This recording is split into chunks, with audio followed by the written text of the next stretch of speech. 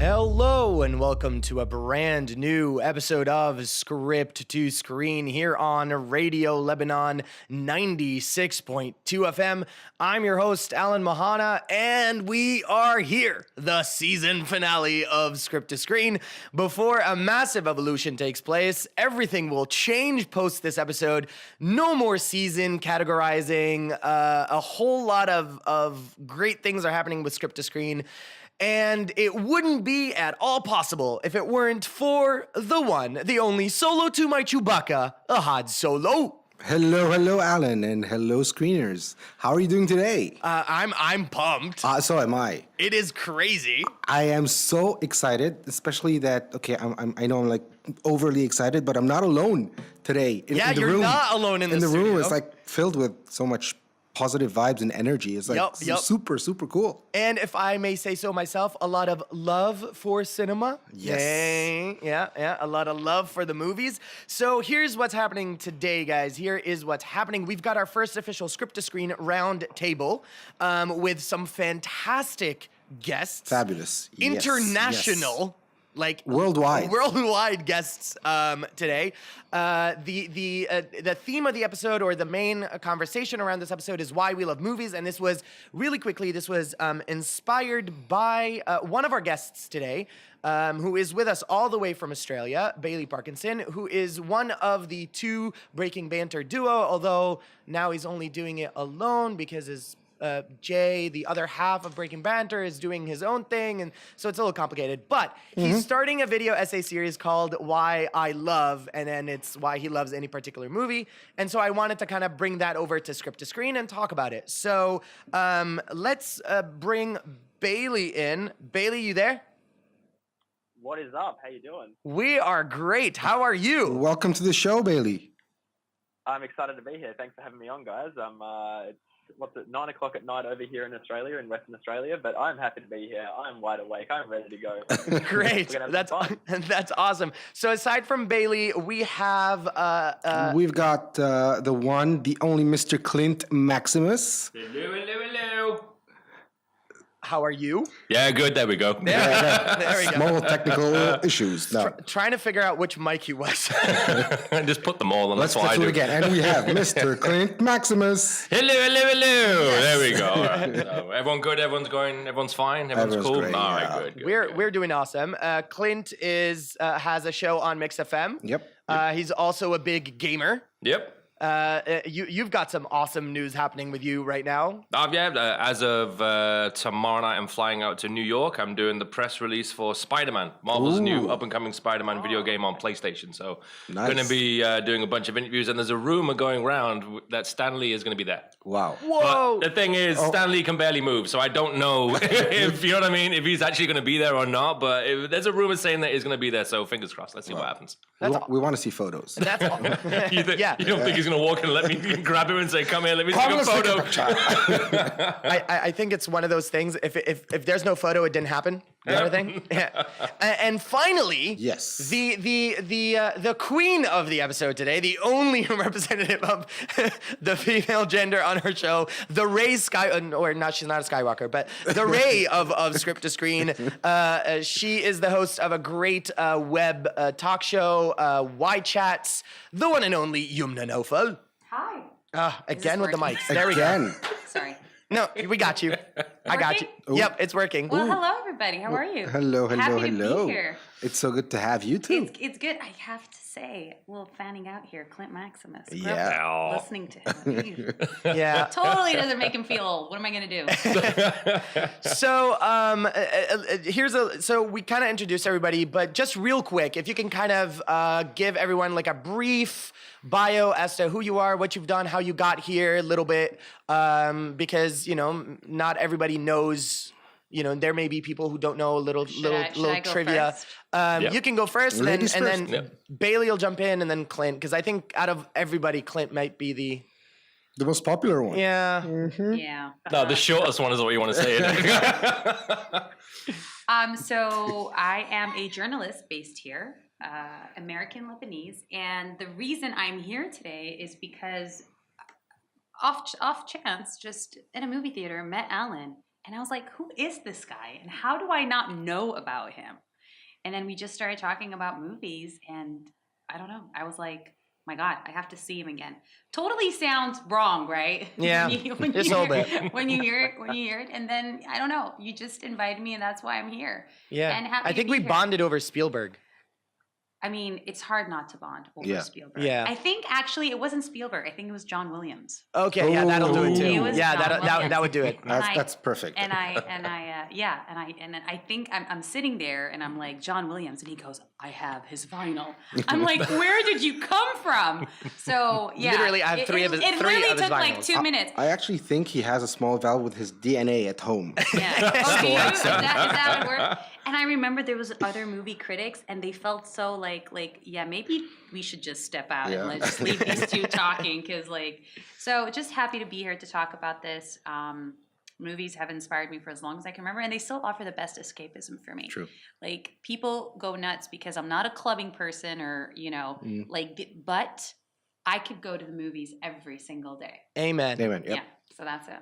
Bailey? Okay, so I was at university with my friend Jay, and we started this YouTube channel because, we saw a lot of movies. If you want to talk about them, you want to have an outlet. There's only so much your parents can take hearing about movies that you've seen that they don't care about, or that your friends who aren't into movies. So we're like, let's have an outlet. Let's review movies. And we've been doing that for quite a while to, mild success, very mild success, I'll say. But it got, more and more popular. We started to do reviews of movie trailers. And eventually, through a whole bunch of different things, that led us to be at the Venice Film Festival last year for a whole bunch of world premieres. Wow. And we were at the basically the very first screening in the world of The Insult, which is obviously a Lebanese film. And basically through that, we posted a review, and Alan got in contact with me and was like, hi.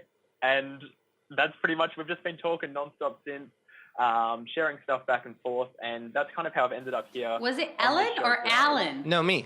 Oh, Alan. Yeah. Because I was like, Ellen DeGeneres? No. He I'm said, sorry. I like your Australian accent, Bailey. I'm sorry. I'm not making fun. I was like, no. Ellen. I was like, oh my God. He's the hairy version of Alan. Alan. So Alan got in touch. Because Alan does get in touch with people, actually. Yeah. So then through The Insult, we connected. He was on the En Nahar live show when I did that. Him and Jay were on it, and then we've just been in touch ever since. Yeah, and now we're here. And now, we're going to talk about why we love movies, because the world needs more talk about loving movies. No, True. that's so Absolutely. true. Exactly. So true. Clint, you're the cherry on top of the sundae. Well, how did I meet Alan? I think the first time I saw Alan was when I was on board of an MEA flight. And I remember looking at the screen going, I know that guy from somewhere. I know this guy from somewhere. And then, it's like, it's Alan. So, Hadi, I've known you for a while as well. Yeah. We've met at different functions and different Absolutely. things. So, been doing Lebanese radio for a long time. I've been doing radio since I was like 15 years old. So I've got like over 20 years of doing radio and stuff. I was going to say just 5 years now. No. Okay, 20 years. I've been doing radio for a long time, been doing a lot of music production. I got nominated at the Grammys about 2 years ago. Wow. Oh, wow. I didn't even know that. remember that. That's awesome. I actually remember that. Got nominated at the Grammys.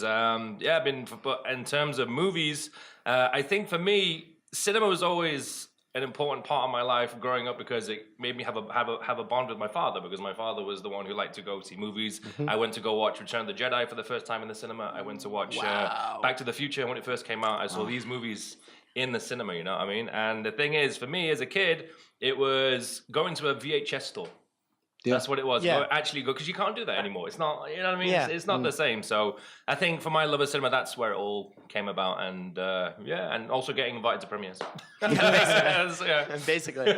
The reason why you guys are here is because we wanted to discuss why we love movies. And I think one of the first questions I had on the outline, I think is a very important question for us to kind of put out there, which is essentially, what is the movie that started this entire plague of us loving cinema?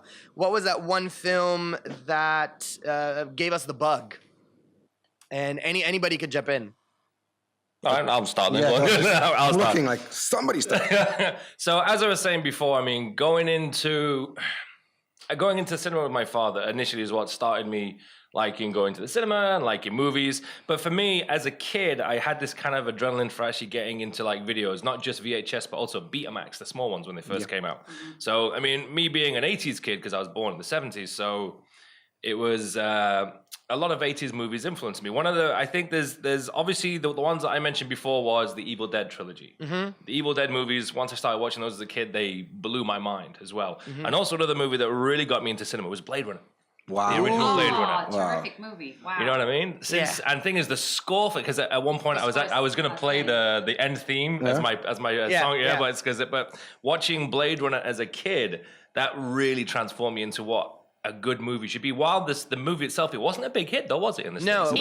it wasn't. It became later. It became a cult classic. It became classic. a cult classic, and it's funny because my movie too is a cult classic. And Oh, wasn't okay, a big cool. hit, but it's interesting because, like he said, the soundtrack of that movie is outstanding. Yeah. And it was so ahead of its time. Definitely. It's so ahead of its time.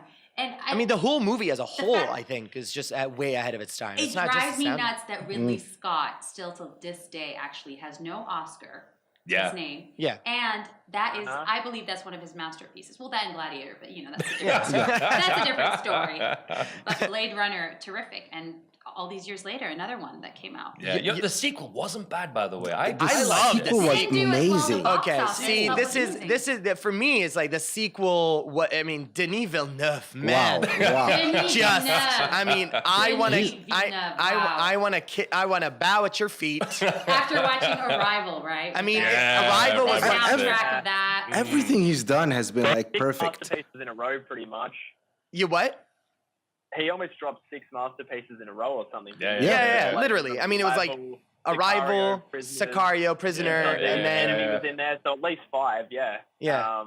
It's crazy. The soundtrack for Sicario was insane, True, by the way. true. Watching that in the cinema, that was crazy. Arrival.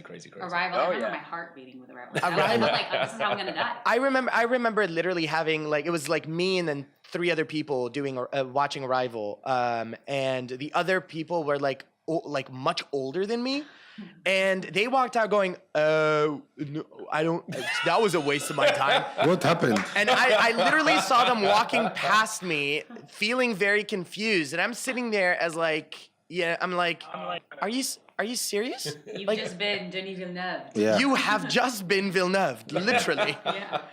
Youmna, what was the film that gave you You the bug? guys, I know it's become a cult classic, and it's a bit of a sad story because it was actually a Jim Henson movie called Labyrinth. It's, Yeah. it's a okay. fantasy cult classic with Jennifer Connelly and David Yes. Bowie, may he Yeah. rest in peace, who I adore. And I grew up in Saudi where you didn't have access to a lot of movies. You had the Betamax, but everything was censored. There was this one Saudi channel where they played these movies. Okay. And Labyrinth, I guess, which they thought was safe, was constantly played. And I fell in love with it. First of all, because it was like a weird musical. I didn't know who Bowie was. That was my introduction to Bowie, who's a legend. Jennifer Connelly, beautiful. And then I discovered it's the Muppets creator, Jim Henson, who actually, it was only after his death, because he thought that movie was a failure, that this became a huge cult classic. Right.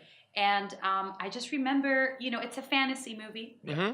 And fantasy is a very specific genre because, except for Lord of the Rings and a few others that I can think of, it's a very Harry Potter's. It's a difficult genre to do very well in. You have to and in the 80s they came up with that, and Dark Crystal and a bunch of them. And I just remember being lost in it. This little kid in Saudi. It was just kind of like I was just like, I want to meet Bowie and I want to sing with the goblins. And there was a movie that came out around the same time. I don't know if it was a couple of years before or a couple of years after, by Ridley Scott, called Legend. Yeah, with Yes. Tom Cruise. Yes. You guys, Do you remember when that one came out? It was either going to be that or Labyrinth. I went with Labyrinth. But Legend is terrific. And you know who played the devil? It was Tim Curry. Tim Curry. It was Pennywise from It. You guys, this is like, you Yeah. guys are so happy right now. You are seriously fangirling on my show right now. I know, over dead people, but it's okay. It's okay. Bailey, what was yours? Well, it's weird because it doesn't necessarily come from point of origin. It kind of happens over time. You start out when you're a kid, you don't really get the whole cinema side of things. You just got stories. So when I was a kid, I guess I'm a 2000 kid. I was born in '96. You don't really start registering movies until you're at least 4 years old. But I was Did he say he was born in 96? Yeah, I was literally going to say he's literally the youngest person on our panel right now. He feels like the youngest person on earth right now. Yeah, something like that. So I was growing up watching, I was like a dinosaur person before I was a movie person. So I was watching The Land Before Time. I was watching. Yes, I just re-downloaded all of those, by the way. I was watching Jurassic Park, which probably wasn't age appropriate when I was younger, but it had dinosaurs, and therefore I had to see it. And I guess Harry Potter was the first big fantasy thing, and I think from there as a kid, as you start to understand more about, it's not just stories, but the way that those stories are told. And so I guess I'd probably credit Prisoner of Azkaban as being the movie that kind of made me go, oh, there's more to it, because you had that contrast of like the first two movies are like fun adventure movies, and then you've got the Prisoner of Azkaban being this weird it's almost an art film. Yeah. And as a kid, you don't really register that, but you know that you're seeing something different. You know that there's something else going on there that's more complex and more engaging. And so I think that probably started a trend. And then, there's movies, a succession of kind of darker stories like that, like The Dark Knight, Inception. And then, around about 2013 is probably when I started really getting, movies. I started to watch the more Oscar-type movies, the more abstract art stuff. And that's when I started to break down. I was like, you know what? Movies, just any movies. As long as they're good, I will watch anything. You know what I mean? Yeah, I mean, definitely. Had, what's yours? Mine, basically, I've said this before on the show, but I grew up in Cyprus as a kid from 5 to 10. And that's when I started to register and remember these films. And the first movie that hit me in the face was Willow, directed by Ron Howard. I used to finish the movie, rewind it, and play it again. Finish the movie, rewind it, and play it again. And it made me travel there was no Middle Earth back then. There was no Lord of the Rings. It was a very limited kind of fantasy world. And it's funny that the three of us mentioned fantasy and fiction with Blade Runner. Yeah. And these films transported us, I guess, to this parallel universe, to this different world. And it was good. Because I was a lonely kid. But no sob stories. Weren't we all? Weren't we all? Aren't we still all? Oh, no. We're together. Yes. Together. Forever. How about you? Okay, so mine is so I grew up. I was a Disney kid, so I grew up watching Disney films, and I think the film that really got me. Well, I also had my dad, because my dad was an actor, so I was always around kind of the set life and my dad being on stage and on TV and all that stuff. So I was always surrounded by it, but I didn't necessarily realize that this is what I wanted to be in, or that I was that obsessed with cinema. But I think what really did it for me was The Lion King. Wow. I still remember to this day sitting in the movie theater, black, it's pitch black, pitch dark, and then you get that opening, note with Circle of Life. You want to do it. Yeah, no, I'm not gonna do it. Alan, that was the first movie I ever saw in a theater, by the way. Oh, was it? Yeah, it was. Wow. So I agree with every single word and you just said. the complexity of what that story did, as far as dealing with death and dealing with the afterlife and dealing with growing up, and it's just, for me, that was where I was like, whoa, this is amazing. I want to do this when I grow up. Nice. And not sing The Circle of Life, but I do have a tidbit. Can I say this little fact about The Lion King? Sure. Am I allowed? This is really funny because Disney was having a Renaissance time, Renaissance era with the Little Mermaid, Beauty and the Beast, and Aladdin. And which I feel like they almost need to do that again. Yeah. But, and not with live action movies. They got to cash it in. Yeah, well. It's funny because apparently, so they were working on Pocahontas, and then they were starting to work on The Lion King, and they asked people, which one do you want to work on? And they're like, who wants to go work on a bunch of animals in Africa? Yeah. And little did they know that would become the best. Yeah, probably the best it's one of they've ever had. And then on Broadway now, it's just beat everything. It's crazy. It's unbelievable. It's crazy. So, real quick before we go on our second musical break, I really want to get to this question, which is, and I'm gonna kind of combine a bunch of the final questions that we have here. What do you seek when you go to a movie? What is it that you are looking for when you go to a film? And then in relation to that, what film have you seen a bajillion times, which is not even a number. But like, what film has exactly what you seek that you are seeing that, and because of that, you've seen it a bunch of times and you've never gotten bored from it? I'll go first. Yeah. I think I got a movie in my head now. It's literally just popped in out of nowhere. The first Highlander movie. Whoa! Because that movie for me, not only was that cinematically, I mean, fair enough, the sequels were terrible. The sequels were awful. Even the TV show was like, what the hell are they doing? But the first movie, the fact that Queen did the whole soundtrack for that as well. That song, Who Wants to Live Forever? You remember that whole band? Yeah. Seeing that as a kid, that was what made me go, that's what I want in movies. I want to see this. You know what I mean? It was just so well done. I mean, if you look at it now, I think it still has quite passed the test of time in terms of like that big fight scene in the factory. It still looks like something modern when you look at it. It's really well done. So yeah, I'm gonna have to say Highlander. Watched it over and over again. I even bought the remastered Blu-ray. Wow. How about you, Youmna? Oh, it's gonna be girly, but I'm sorry. I mean, I've probably seen more than anything, but you know, it's an Oscar winner. Sorry. The Sound of Music. Yes. Yeah, I mean, it's the movie also stands the test of time. Yeah. And it's constantly on. You watch it as a kid. The musical numbers are outstanding. The cast, the fact that it's, you know, a war movie, well, somewhat. It happens during the Second World War.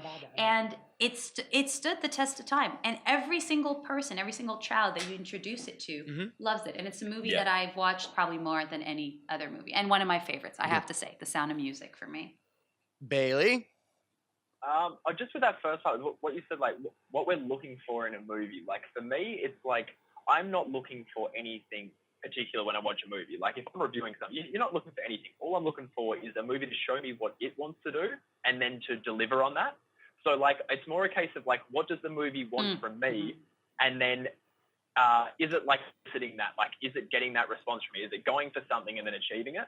So like for me, I just dropped a video on it this morning. I just posted a video on The Dark Knight, which I have seen upwards of 40 times. It's not my favorite movie ever, but I watch it on repeat. Like I can sit there and watch it like 3 times in a row because it's got just so much. It's doing so many different things and it's bringing its A game on all of them. Like there is nothing that movie misses. It absolutely just nails everything. And so for me watching it, like, again, I've seen it 40 times and I'm still learning so much new stuff from it. It's kind of crazy. Well, that's fair. Nice. Yeah. Yeah. What do I want the movie to do with me? Basically, is just, this is going to sound weird, but play with me on any kind of level. Let it be emotional. Let it be. It could come from the score. It could come from a scene. We've talked about American Animals, you and me. Yes. And it's a movie I did not like, but I appreciated. So it did something to me. Yeah. I left the movie theater. I was really angry. I was cranky. I knew you didn't even want to sit at dinner after that movie. Like you were like, I just want to go home. Like I'm so emotionally fried. So I want movies to do to make me feel and just like get me out of my comfort zone or just take me somewhere. And as for the movie that I've watched the most, it's also very cliche, but whenever it's on TV, I just stop and I watch it. It's Die Hard. Oh my God. There is something about Die Hard. And it is a Christmas movie, by the way. It is finally, a Christmas did we movie. agree on that? We agreed On his that. roast, he said it's not. I don't care what he says. It's a Christmas He's movie. like, it's an effing Bruce Willis movie. I'm gonna go with it's a Christmas movie. It's a Christmas movie. I watch it every Christmas. Now I have a machine gun. Ho, ho, ho. Christmas movie. Done. Oh man. Yeah, so it's such a fun movie, and I really like Bruce Willis. It's such an iconic role for him. Of And course. it's the shift from TV to film. Yeah. And he's John McClane, man. Alan Alan Rickman, Rickman. man. Alan Rickman. Best It's funny, villain ever. Which, by the way, I was gonna say, Bailey. It's so interesting that you mentioned The Prisoner of Azkaban as the one Harry Potter movie that stands out because of Gary Oldman and Alan Rickman. I mean, for me, they just light up the screen. I miss Alan Rickman. Yeah. I miss him. He was just fantastic as Snape for me in Harry Potter. That was also one of the roles. He was not fantastic as Snape. He is Snape. Isn't he? Because like it's not even a question. Like, I'm a Slytherin person, and I'm a Slytherin because of Snape. I'm like, yeah. So, Alan Rickman. Yeah. For me, it would have to be The film that I've seen the most would have to be. It's not one film because whenever I watch one, I have to watch the others. It would have to be the Lord of the Rings trilogy. Yeah, I think I've seen it so many times. I can recite lines like crazy. This is why my dad doesn't watch it with me anymore. Oh yeah, my dad. Yeah, and my dad and I would marathon the extended edition, so that's like 12 hours. So because that's the only way you can watch the Lord of the Rings is the extended. You shouldn't watch the theatrical release. It's true. But what I look for in a movie, really quick, before we go in our second musical break, is a good effing story. yeah. For me, I'm a storyteller at heart. I'm a writer. That's what I majored in. That's what I got a master's in. And what I look for in a movie is a good story. And a good story, I mean by what I mean by that is something that is going to hit me emotionally, something that is going to hit me literally physically down to my core. Do you always look for that? Do you always look for that? You can't existence. just watch a movie and enjoy like the entertainment without being. Well, for me, it's not going to be entertaining if I'm not enjoying the story that it's trying to tell me. Like That's Die kind of- Hard. Did Die Hard move you? On that. Yeah, but Die Hard, the first Die Hard is a good story. Okay, I mean, like I get what you're saying. it's All right. over the top, but it's a good story. Okay. Like it's something. That's why the first Die Hard is still the only. I mean, the best one out of the bunch. It's because it's delivering a good story. Look at what Mission Impossible Fallout did. I mean, like it's just mind blowing, and it combined everything. It was visual, it was storytelling, it was acting, it was music.